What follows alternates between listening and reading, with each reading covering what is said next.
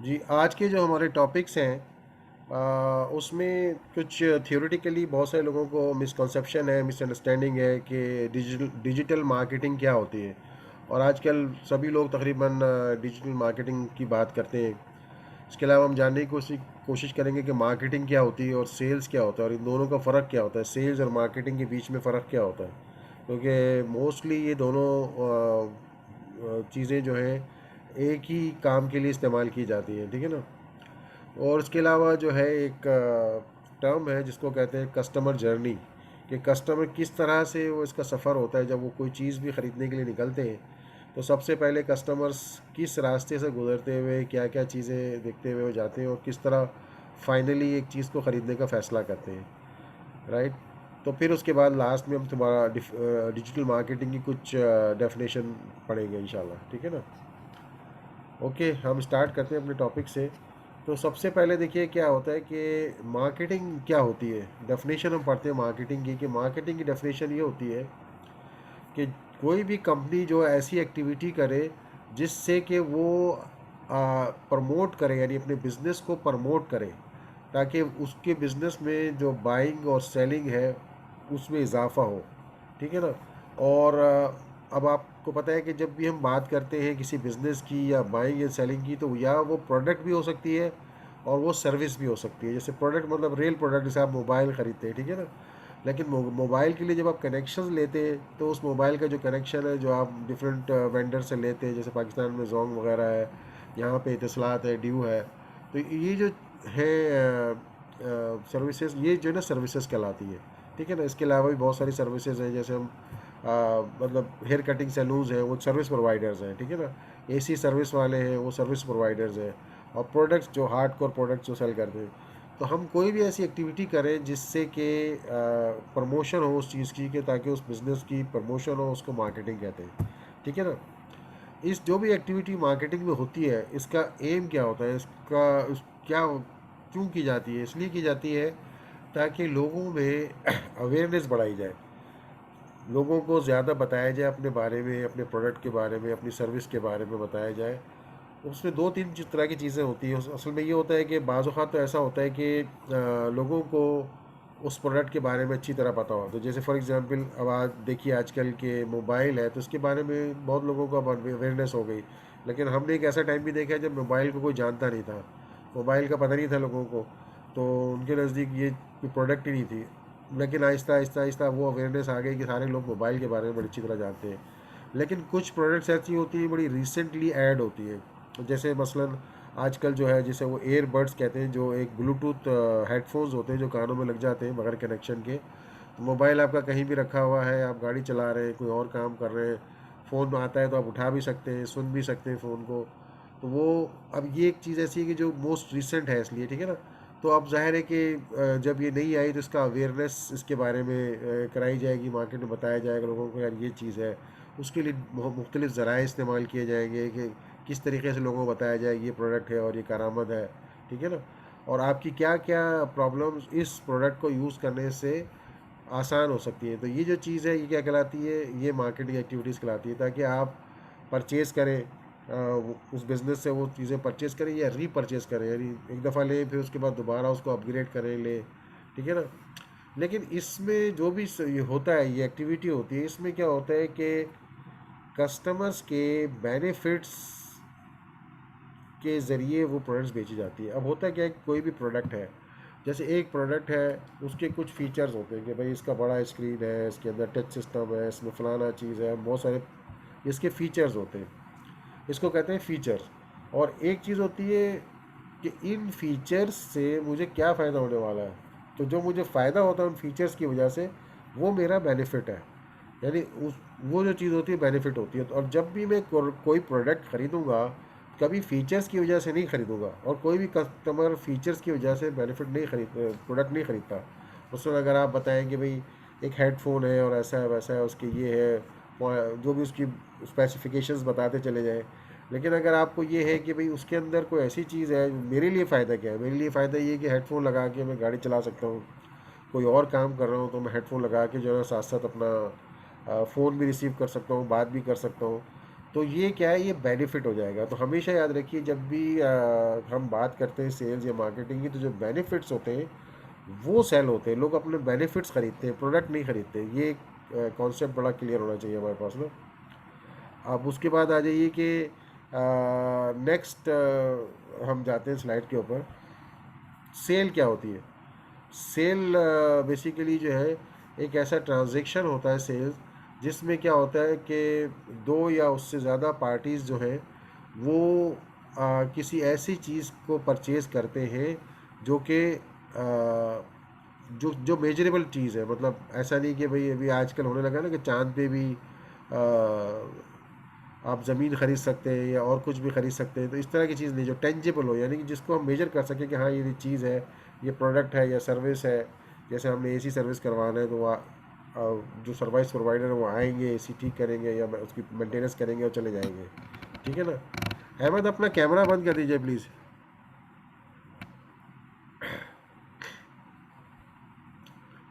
अच्छा, ये क्या है कि किसी भी मनी के एक्सचेंज में आप प्रोडक्ट्स या सर्विस जो लेते हैं वो क्या कहलाती है, वो सेल्स कहलाती है। ठीक है ना? तो सेल्स में क्या होता है कि चेंज ऑफ हैंड्स होता है, यानी वहाँ पर एक प्रोडक्ट या सर्विस कस्टमर को दी जाती है और उसके बदले में पैसे लिए जाते हैं। ठीक है ना? और ये बेसिकली सेल्स और मार्केटिंग में फ़र्क है। मार्केटिंग में वो किया जाता है यानी कि जिसके ज़रिए सेल्स बढ़े, और सेल्स में क्या होता है, डायरेक्टली प्रोडक्ट या सर्विस जो है वो कस्टमर को हैंड ओवर कर दी जाती है। ठीक है ना? अब इन दोनों प्रोसेस में ये एक लंबा प्रोसेस है, लेकिन मैंने इसलिए समझाया कि बाज़ औक़ात ये टर्मिनोलॉजीज़ बड़ी मिसअंडरस्टूड होती हैं, एक दूसरे के साथ ही इस्तेमाल होती है, लेकिन सही से समझा नहीं जाता उनको। Okay, let's go to the next slide. एक चीज़ होती है, ये भी एक टर्म है जो हमें पता होनी चाहिए जब हम बात कर रहे होते हैं मसलन कि क्या करना चाहिए। तो एक चीज़ होती है प्रॉस्पेक्ट। प्रॉस्पेक्ट कौन होता है? प्रॉस्पेक्ट मतलब ये होता है कि फॉर एग्ज़ाम्पल हर वो कस्टमर जो हमारी दुकान में आता है, फॉर एग्ज़ाम्पल वो हमारे लिए प्रॉस्पेक्ट है। मसलन किसी दुकान में कस्टमर जाता है, वो उसके लिए प्रॉस्पेक्ट है। क्योंकि वो हो सकता है विंडो शॉपिंग करने के लिए आया हो, लेकिन हो सकता है कि उसको कोई चीज़ पसंद आ जाए और वो ले ले। तो वो क्या होता है, एक प्रॉस्पेक्ट होता है। यानी कि जब सेल्स पर्सन है सामने, तो उसको ये देखना चाहिए कि हाँ यार, ये बंदा मेरे लिए मेरा प्रॉपर कस्टमर हो सकता है। ये हो सकता है सिर्फ महज देखने के लिए आया हो, लेकिन ये फ्यूचर, अभी नहीं तो फ्यूचर में मेरा कस्टमर बन जाएगा। और ऐसा होता है, बहुत सारे लोग आते हैं विंडो शॉपिंग करके चले जाते हैं, लेकिन बाद में वो लोग दोबारा आके वो चीज़ परचेज़ करते हैं। तो प्रॉस्पेक्ट हर वो होता है जो पोटेंशियल कस्टमर होता है, जो आपका कस्टमर बन सकता है, वो आपका प्रॉस्पेक्ट कहलाता है। इसी तरह से ये, क्योंकि ये वाली चीज़ें ऐसी है कि जो हम आहिस्ता आहिस्ता आगे इनकी ज़रूरत पड़ेगी हमें ना। एक चीज़ होती है लीड। लीड क्या होती है? लीड ये होती है कि और ये लीड का लफ्ज़ जो है ना, वो डिजिटल मार्केटिंग में बहुत ज़्यादा इस्तेमाल होता है। लीड का मतलब ये होता है कि कोई भी फ़र्द जो आपकी प्रोडक्ट में या सर्विस में या आपके बिज़नेस में या आपके ब्रांड में इंटरेस्ट शो करता है कि दिलचस्पी शो करता है, वो जो है ना, वो आपके लीड कहलाती है। ठीक है ना? फॉर एग्ज़ाम्पल, जैसे आपकी वेबसाइट है, उस पर कोई कस्टमर आया, उसने आपकी प्रोडक्ट्स को देखा, देखता रहा, कंपेयर करता रहा, प्राइस वगैरह देखता रहा कुछ अर्से, तो वो आपका पोटेंशियल कस्टमर हो सकता है, वो आपके लिए एक लीड होता है। ठीक है ना? इसको कहते हैं लीड। तो जो डिजिटल मार्केटिंग वगैरह में क्या होता है कि मोस्टली लोग फेसबुक पे या कहीं आपका ऐड देखते हैं और उसके ज़रिए आपसे रब्ता करते हैं, आपसे मालूमात हासिल करने की कोशिश करते हैं। तो वो बेसिकली क्या होते हैं, वो आपकी लीड होती है। ठीक है ना?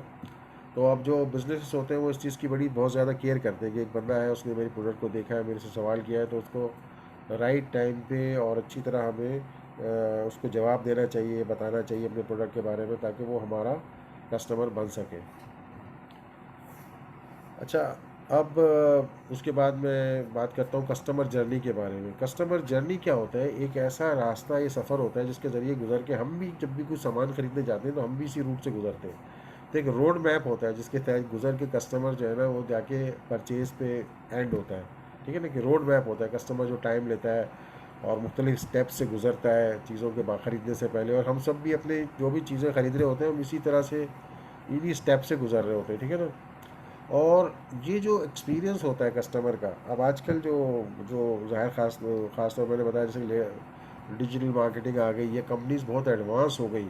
वो बहुत ज़्यादा जो है ना चीज़ों के बारे में, कस्टमर्स के बारे में, क्योंकि कंपटीशन बढ़ गया है हर तरफ, तो कंपनी इन चीज़ों को बड़ा कंसिडर करती है। ठीक है ना? तो होता क्या है कि कस्टमर की एक जर्नी होती है। हर कस्टमर एक पॉइंट से शुरू होकर परचेज़ के पॉइंट तक जाता है। ठीक है ना? वो मैं आगे भी अगली स्लाइड में बताऊँगा आपको। तो इस दौरान जो उसका सफ़र होता है, ठीक है ना, अगर वो कस्टमर जर्नी को अगर आप आसान बनाते हैं और उसको से फैसिलिटेट करते हैं, कि आपका बिजनेस या आपका सेल्स पर्सन या मार्केटिंग के लोग उसको आसान बनाते हैं ताकि वो आसानी से अपनी डिसीजंस ले सके, वो एक्सपीरियंस अगर उसका अच्छा होता है तो फिर वो कस्टमर्स आपका रिपीट कस्टमर भी बन सकता है, या लॉयल कस्टमर भी बन सकता है, या परमानेंट कस्टमर भी बन सकता है। तो क्या होता है, ये तमाम कस्टमर जर्नी जो है बेसिकली इस बात के ऊपर बेस करती है, ठीक है ना। अब मैं आपको दिखाता हूँ कि कस्टमर जर्नी होती क्या है। ये बड़ा नाम सब लोग बात करते हैं, लेकिन कस्टमर जर्नी बेसिकली होती क्या है। देखिए, कस्टमर जर्नी बेसिकली इस तरह शुरू होती है कि सबसे पहले मार्केट में आप एक अवेयरनेस आपको मिलती है किस चीज़ के बारे में। जैसे मैंने ये बताया कि ये ब्लूटूथ वाले जो एयरबड्स हैं जिसे कहते हैं, और ये बेसिकली ब्लूटूथ हेडफोन्स हैं, ये भी नए आए मार्केट में। तो लोगों ने शुरू में शायद इसको कंसिडर नहीं किया कि यार ये कैसे इस्तेमाल होंगे, कैसे चार्ज होंगे, बहुत सारी चीज़ें।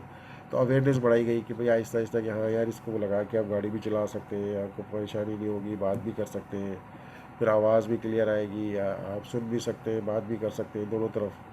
तो इस तरह से क्या होता है कि जब अवेयरनेस, ये काम होता है मार्केटिंग वालों का, अवेयरनेस बढ़ाना, मुख्तलिफ प्लेटफॉर्म पे जाके लोगों को बताना कि ये प्रोडक्ट और ये सर्विस जो है ना अवेलेबल है, इसको कहते हैं अवेयरनेस बढ़ाना, ठीक है ना। जब अवेयरनेस बढ़ती है तो बहुत सारे लोग उसके अंदर इंटरेस्ट शो करते हैं। देखिए, ये इसको एक फ़नल की तरह बनाया गया है। ये किस लिए बनाया गया कि जब अवेयरनेस आप बढ़ाते हैं तो काफ़ी सारे लोगों को आप रब्ता करते हैं, लेकिन उनमें से कुछ लोग जो है वो इंटरेस्ट शो करते हैं। तो जो इंटरेस्ट शो करते हैं वो कम लोग होते हैं बिनिस्बतन उनके जिनको आपने अवेयरनेस दी है। अवेयरनेस जिनको दी होती है वो ज़्यादा लोग होते हैं, लेकिन इंटरेस्टेड लोग थोड़े कम होते हैं निस्बतन।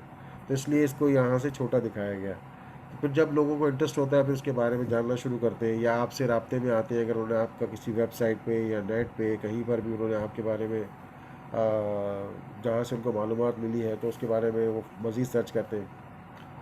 फिर उसके बाद आता है कि भाई ठीक है यार, ये प्रोडक्ट, फिर कंसिड्रेशन का स्टेप आता है। कंसिड्रेशन में क्या होता है कि ये प्रोडक्ट ठीक है यार, इसको लेना चाहिए, या ये सर्विस गुड है, इसको लेना चाहिए।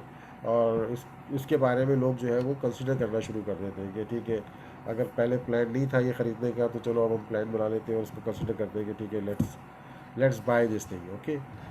उसके बाद देखिए, उसके बाद नेक्स्ट चीज़ होती है इवैल्यूएशन। इवैल्यूएशन कस्टमर करता है उसके बाद, यानी फॉर एग्जांपल आपने एक प्रोडक्ट दी, कस्टमर ने उसमें अवेयरनेस दी, इंटरेस्ट शो किया, कंसिडर किया कि ठीक है यार ये चीज़ काम की है, इसको लेना चाहिए।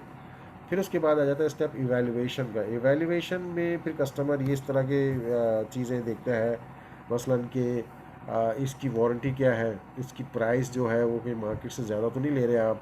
वो कोशिश करता है इसी तरह की सिमिलर प्रोडक्ट जो है ना मुख्तलिफ़ जगहों पे जाके या मुख्तलिफ़ वेबसाइट्स पे जाके से उसको सर्च करे और देखे कि कहीं प्राइस वाइज आप ज़्यादा तो नहीं दे रहे।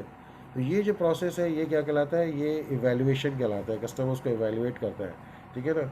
तो वंस वो ये सारे प्रोसेस से एक कस्टमर जब गुजर जाता है तो then it comes to the point जहाँ वो कहता है कि okay right now I am ready to purchase it, और उसके बाद वो परचेज़ करता है। तो ये एक, अब ये देखिए बहुत सारी चीज़ें ऐसी हैं कि हमारी रोज़ाना की हमारी एक्सपीरियंस होता है कि जब हम अपने लिए कोई भी चीज़ बाज़ार में जाते हैं और परचेज़ करने के लिए, तो बहुत सारे लोग हमें बड़ी अच्छा रिस्पॉन्स देते हैं, हमें अच्छा लगता है। कुछ लोग जो है बड़ी हार्श किस्म का रिस्पॉन्स देते हैं आपको, और आपको अच्छा नहीं लगता। तो बुनियादी तौर पे आप भी चाहते हैं कि लोग, अगर हम किस प्रोडक्ट के बारे में जानना चाहते हैं तो उस प्रोडक्ट के बारे में हमें पूरी मालूमात दी जाए। तो देखिए, इस डायग्राम को मैंने इसलिए चूज़ किया कि इसमें बहुत क्लियर कट चीज़ें दिखाई गई। उन्होंने ऊपर दिखाया कि 5 लोग थे जो कि जहाँ से कि अवेयरनेस शुरू हुई थी, लेकिन जब परचेज़ का लेवल आया तो 2 लोग रह गए, या ऑलमोस्ट लेस देन 50% जो है कम हो गए, यानी रोज़ तो 40%। तो ये भी एक जनरल प्रोसेस है कि जितने लोग देखेंगे फिर अवेयरनेस में जाएंगे, वहाँ से इंटरेस्टेड होंगे, फिर कंसिडर करेंगे, फिर इवैल्यूएशन करेंगे, उसके बाद फिर परचेज़ के आते आते हैं कि वो तकरीबन लेस देन 40% लोग रह जाएंगे। जितने लोगों को आपने जैसे 100 लोगों को बताया था तो वो जाते जाते परचेज़ के लेवल तक जो है वो ओनली 40% रह जाएंगे। ये एक बात है जो जो भी सेल्स या बिजनेस से रिलेटेड लोग हैं उनको ये बात कंसिडरेशन में रखनी चाहिए। अब आ जाते हैं हम उस टॉपिक की तरफ जो कि हमारा, जिसके लिए हमने सारा बेसिक ये सारी बातें की। डिजिटल मार्केटिंग होती क्या है। डिजिटल मार्केटिंग असल में क्या है कि जब हम मार्केटिंग के सारे काम जो है ना वो करते हैं ऑनलाइन, थ्रू इंटरनेट, ठीक है ना। हम किसी ब्रांड को प्रमोट करते हैं, ठीक है ना, या कोशिश करते हैं कि पोटेंशियल कस्टमर्स जो है वो इंटरनेट के ज़रिए हमारे इसमें आ जाए, कलेक्शन में आ जाए, हाँ हमारे इसमें आ जाए, मैं चाहता हूँ इसको मैं बंद कर देता हूँ। ओके। तो जब इंटरनेट के ज़रिए हम प्रमोशन करते हैं और हम चाहते हैं कि जो है ना लोग कनेक्ट हो जाए, हमारे पास कम्युनिकेट शुरू करें फॉर आवर प्रोडक्ट्स और सर्विसेज के बारे में, तो उसमें बहुत सारे तरीक़ों से ये डिजिटल मार्केटिंग होती है। उसके बहुत सारे मीडियम्स हैं, ठीक है ना। इस मीडियम में जैसे मैंने यहाँ पे लिखा हुआ है, ईमेल के ज़रिए कर सकते हैं, सोशल मीडिया के ज़रिए कर सकते हैं, वेबसाइट्स के ज़रिए जाके अपनी एडवर्टाइजमेंट कर सकते हैं, मल्टीमीडिया मैसेजेस और दीगर marketing channels like TV channels और यूट्यूब वगैरह को भी इस्तेमाल कर सकते हैं, ठीक है ना। लेकिन ये वाली बात है कि ये जो चैनल्स हैं, हम क्यों डिजिटल मार्केटिंग में जब जाते हैं तो ये चैनल्स क्यों यूज़ करते हैं। देखिए, चैनल्स जब हम यूज़ करते हैं तो उसकी रीज़न क्या होती है कि ये एक मार्केट प्लेस होती है। जैसे बाज़ार है, मेन बाज़ार है जहाँ सब लोग जाते हैं, तो मेन बाज़ार में दुकानें इसलिए बनाते हैं लोग कि वहाँ लोगों की आमद और रफ्त होती है, लोग आ रहे और जा रहे होते हैं। आज के दौर में जो एक तो रेल मार्केट है जहाँ हम लोग जाते हैं चीज़ें ख़रीदने के लिए आम हालात में, और एक अब आहिस्ता आहिस्ता वर्चुअल मार्केट का टाइम शुरू हो गया।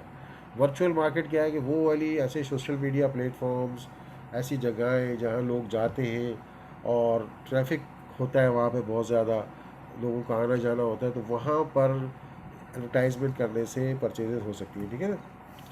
तो उसी तरह कुछ बड़े जाइंट्स हैं जो कि ई कॉमर्स के ज़रिए और मुख्तलिफ़ तरीक़ों से ऑनलाइन सेल्स कर रहे हैं, आपको पता है, जैसे अमेज़ोन है, पाकिस्तान में दराज है, ठीक है ना, इस तरह के। तो ये भी अब बहुत यानी बड़ी बड़ी मल्टी मिलियनर बिजनेस है। तो इनका तरीक़ाकार डिजिटल मार्केटिंग के ज़रिए होता है। तो मतलब अब ये जो वर्चुअल मार्केट के ज़रिए बिज़नेस को कंट्रोल करना, ये भी एक डेवलप साइंस हो चुकी है। और इस सारे तरीके को अख्तियार करने को हम कहते हैं डिजिटल मार्केटिंग, यानी ऑनलाइन जाके हम मार्केटिंग करें और उन कस्टमर्स को जिनको हम चाहते हैं कि वो आएँ, उन अपनी तरफ लेके आएँ, ठीक है ना। ओके।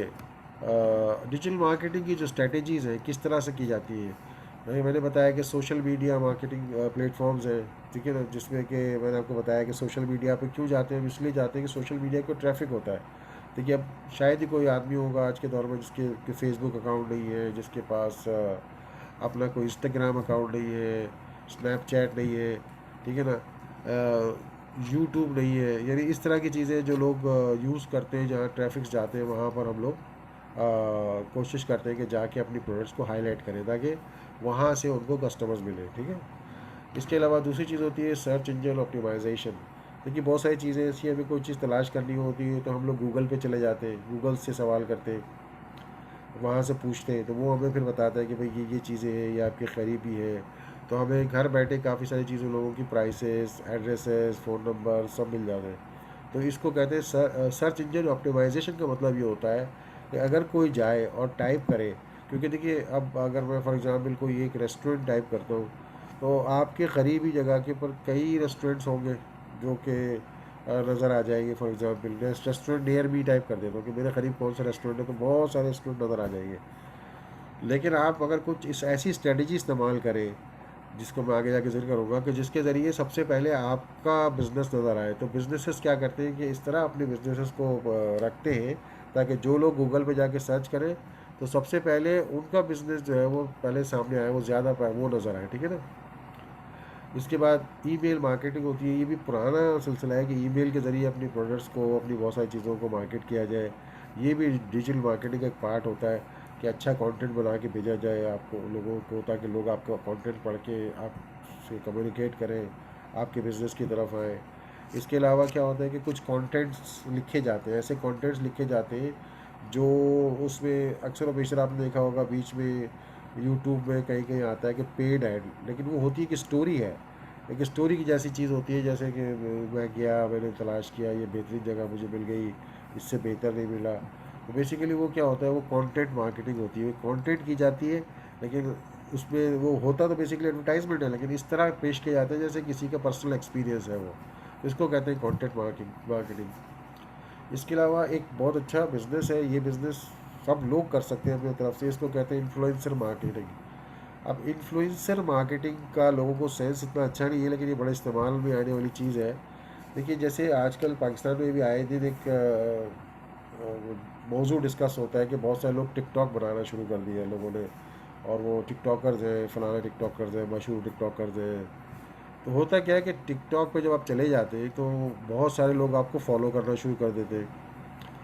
आप उस फॉलोशिप में जब आपके पास एक बहुत अच्छी फॉलोशिप आ जाती है, इसी तरह आपका यूट्यूब चैनल आप बना लेते हैं, वहाँ आपकी फॉलोशिप आ जाती है कि बहुत सारे लोग आपको फॉलो करना शुरू कर देते हैं। तो आप क्या बन जाते हैं, इन्फ्लुएंसर बन जाते हैं। इन्फ्लुएंसर इस तरह बन जाते हैं कि आप जाकर वहाँ पर उन लोगों से मिले, बात करें, या उनकी प्रोडक्ट को या उनकी सर्विसेज को हाईलाइट करें। जैसे रेस्टोरेंट से चले गए, वहाँ खाना खाया, वहाँ के बारे में आपने बताया, तो आपका अगर फॉर एग्ज़ाम्पल आपके जो सब्सक्राइबर हैं वो फॉर एग्ज़ाम्पल 10,000 हैं, 5,000 सब्सक्राइबर हैं, तो उन तक मैसेज चला गया, तो वो इन्फ्लुएंसर्स यूज़ करते हैं, ठीक है ना। तो यहाँ पर बहुत सारे बच्चे ऐसे हैं जिनका इंस्टाग्राम के ऊपर अपना वो है, अच्छा अकाउंट है, उसमें 12,000, 15,000, 20,000 के उनके फॉलोअर्स हैं। तो वो लोग क्या करते हैं, मुख्तलिफ़ जगहों पे वो बाकायदा उन्होंने एक अपना ये बिज़नेस सा बनाया हुआ है, बल्कि जॉब नहीं करते वो, मुख्तलिफ़ रेस्टोरेंट्स में या मुख्तलिफ स्पॉट्स पे जहाँ उनको बुलाया जाता है। वैसे भी देखिए इन्फ्लुएंसर मार्केट में ये भी होता है कि आप आपके जो फॉलोअर्स हैं वो क्या हैं। मसलन एक साहब है यहाँ पर, वो भी इन्फ्लुएंस मार्केटिंग में करते हैं काम। वो फ़िशिंग का उनका अपना शौक़ था, तो उन्होंने अपना इंस्टाग्राम बनाया, उसमें फ़िशिंग के इक्विपमेंट, फ़िशिंग का वगैरह डालना शुरू कर दिया। तो आहिस्ता आहिस्ता जो लोग फ़िशिंग में इंटरेस्टेड थे उनके इंस्टाग्राम में अटैच हो गए, उनके 35-40 हज़ार इन्फ्लुएंसर हो गए, फॉलोअर्स हो गए। तो जब इतने फॉलोअर्स हो गए, तो जो फ़िशिंग की जो प्रोडक्ट्स जो कंपनियां बनाती है, उन्होंने ख़ुद ही उनसे रब्ता करना शुरू कर दिया कि सर आप हमारा ये प्रोडक्ट ले लें और इसको ज़रा हाईलाइट करें अपने इंस्टाग्राम के ऊपर, और पिक्चर्स डालें इसकी, और इसके बारे में अच्छे कमेंट्स दे दें, तो लोग फिर वो हमें वो आएंगे, बात करेंगे। तो इस तरह से ये इन्फ्लुएंसर मार्केटिंग जो है ना, ये बहुत ही अच्छी एक फील्ड है जिसके ज़रिए आप फ़ायदा उठा सकते हैं। तो बहुत सारे लोग मैंने देखा है कि टिकटॉक बना रहे हैं, उनकी फेलोशिप है, तो वो उसको यूज़ कर सकते हैं सीख के। लेकिन ये सारी बात है कि ये सारे स्किल्स सीखने पड़ते हैं, या ऐसे बगैर सीखे कोई स्किल नहीं आता इसके अंदर। इसके बाद आ जाइए कि एफिलिएट मार्केटिंग। ये तो खैर मेरे ख्याल से पाकिस्तान में भी सबको पता है कि एफिलिएट मार्केटिंग ये होती है कि आप चले जाएँ, इसको कोई प्रोडक्ट देखें अमेज़ोन पे, दराज पे, आपको अच्छी लगे, तो उस प्रोडक्ट के फीचर्स और हाईलाइट जो है वो उसको अपनी जो आपकी पसंदीदा, जो भी आप अगर आप जिस भी प्लेटफॉर्म पर हैं उस प्लेटफॉर्म पे उसको प्रमोट करना शुरू कर दें, उसके बारे में बात करना शुरू कर दें, और वहाँ पे एक लिंक मेंशन कर दें कि यार इस लिंक के ज़रिए, तो क्या होता है कि उस लिंक से जाके जो लोग परचेज़ करेंगे आपकी प्रोडक्ट, वो वाली प्रोडक्ट, तो उसका उसका कुछ बेनिफिट आपको मिलेगा, ठीक है ना। तो ये चीज़ कहलाती है एफिलिएट मार्केटिंग। अब इस पर हम थोड़ा थोड़ा और डिटेल से बात करेंगे।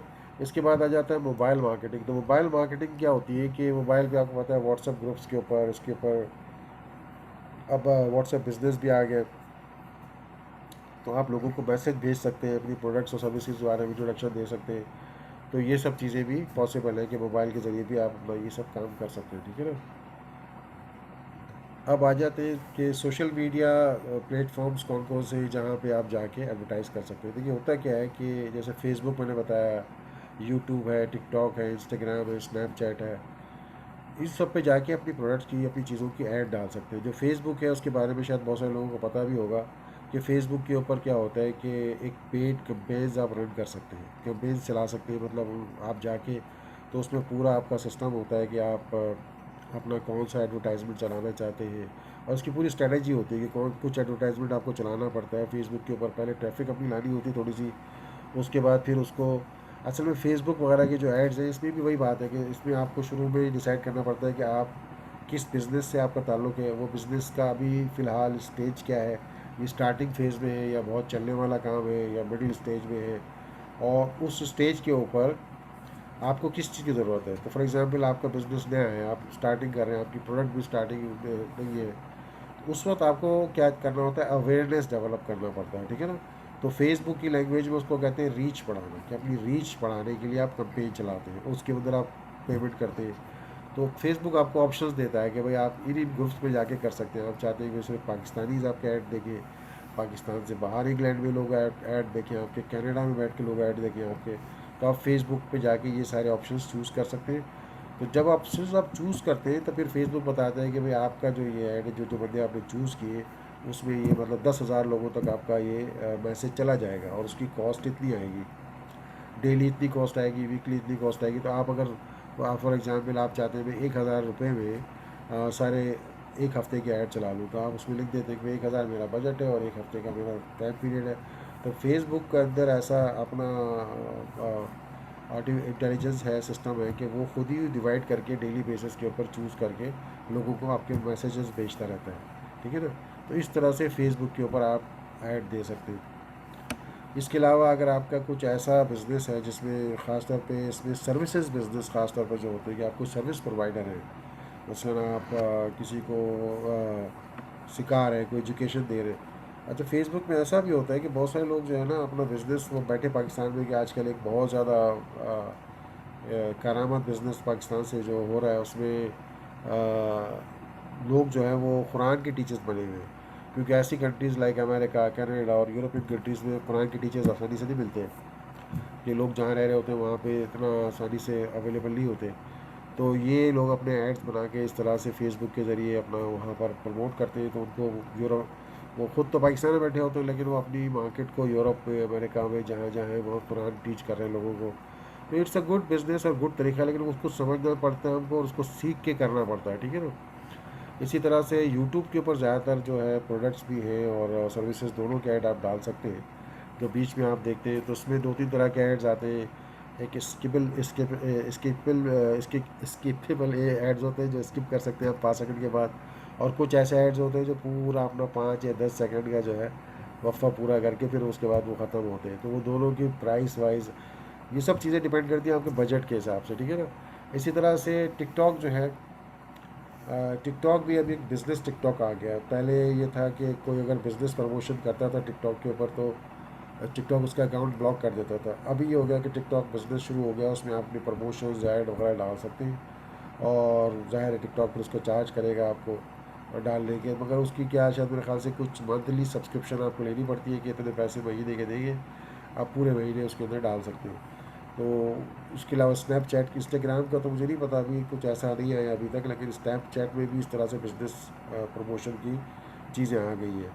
तो सोशल मीडिया प्लेटफॉर्म इसलिए चूज़ करते हैं कि यहाँ पर बहुत सारे लोग आते हैं, ट्रैफिक होती है। ऑब्वियसली फेसबुक के ऊपर ट्रैफिक होती है। अच्छा, यूट्यूब के बारे में मैं एक बात बताना रह गया। यूट्यूब जो है ना, आपको ये बात जान के हैरत भी होगी कि जिस तरह आप गूगल के ऊपर जाके चीज़ों की सर्च करते हैं, तो सबसे बड़ा सर्च इंजन इस वक्त गूगल है, कि जहाँ सब लोग जाके ना अपनी जो भी चीज़ उनको रिक्वायर्ड होती है वो सब चेक करते हैं, सर्च करते हैं। गूगल के बाद जो दूसरा सबसे बड़ा सर्च इंजन है वो इस वक्त यूट्यूब है, कि बहुत सारे लोग यूट्यूब के ऊपर जाकर, गूगल के बाद सबसे ज़्यादा लोग यूट्यूब के ऊपर जाके चीज़ें सर्च करते हैं।